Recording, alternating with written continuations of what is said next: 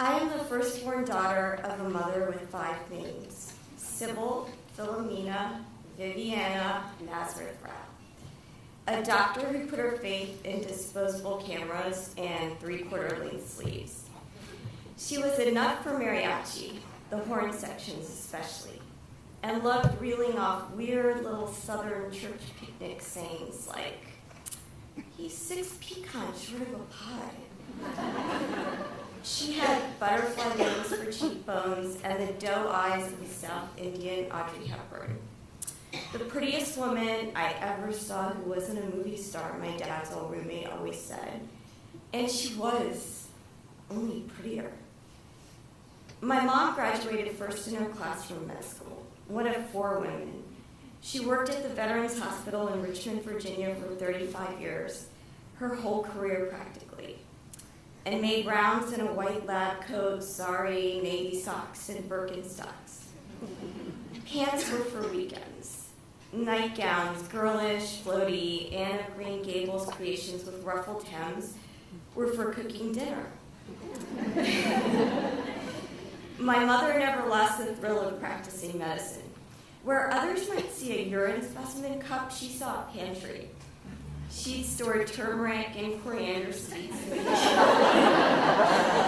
these plastic jars with their blue screw-top lids and biohazardous label warnings. Once in line at Whole Foods, she looped 2 fingertips around my sister's wrist and took her pulse. This routine of checking vital signs long coded into muscle memory. My mom died last June. It was sudden. None of us knew, not even her, that she was terminally ill until she couldn't get any air. Then she was hospitalized and diagnosed with end-stage pulmonary fibrosis. Very sick lungs. 22 days later, she left the earth. We are lonely without her.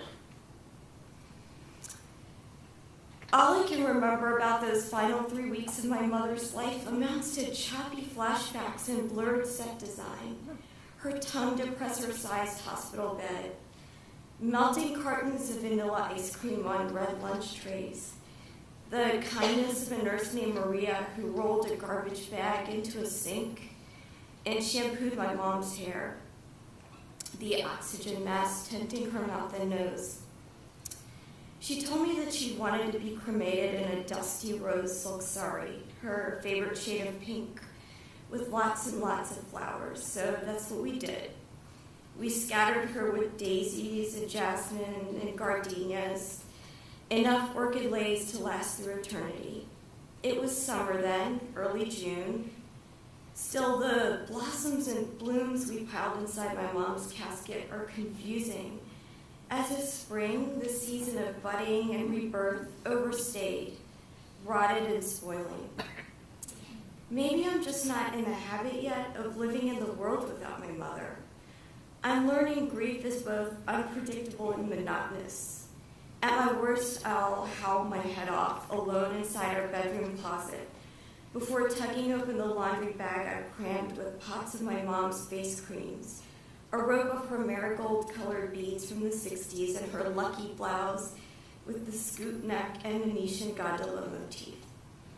I inhale every single thing because it would be crushing to forget her smell. Daily, though, it's the hours between 2 p.m. and sunset I dread like poison. That's when I drive to AT&T, or the library, park and cry till a salt rash spatters my face. Sorrow is so clingy. Then I force myself inside to rake through audiobooks or shop for kale. I set my clock by this routine, scramble eggs to it, proof that even in mourning, I speak the language of sameness and ruts.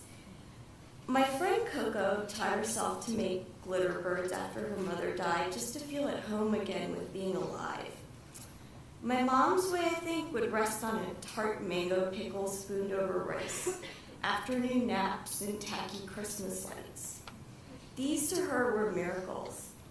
She taught me how to walk with scissors and explain why the same perfume smells different on different people.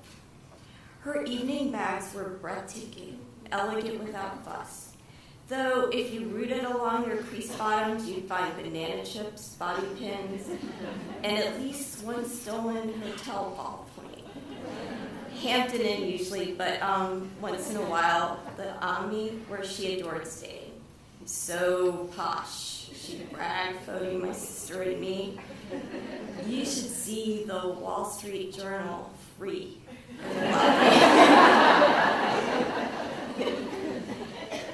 We held my mother's memorial service on my sister's 38th birthday and served asparagus with lunch. Except for a single frosted corner, no one touched the ice cream cake I ordered. I rarely have the heart to start at the beginning. I just know it was a Tuesday, grainy and needled with rain, that we filed inside the chapel at 11 a.m. to Ave Maria. My sister and I stood up and spoke, and we told the only story we could about our mother and her spirit of mischief and her constant quiet acts of generosity, her wondrous mind. That we learned from her to find something you love or at least like doing every single day and work hard at it. Do the right thing. It's usually harder, but still do it. See as much of the world as often as you can. Rest in peace, my mother, the traveler, Sybil Philomena Viviana Nazareth Rao. I'll meet you in Guantanamera.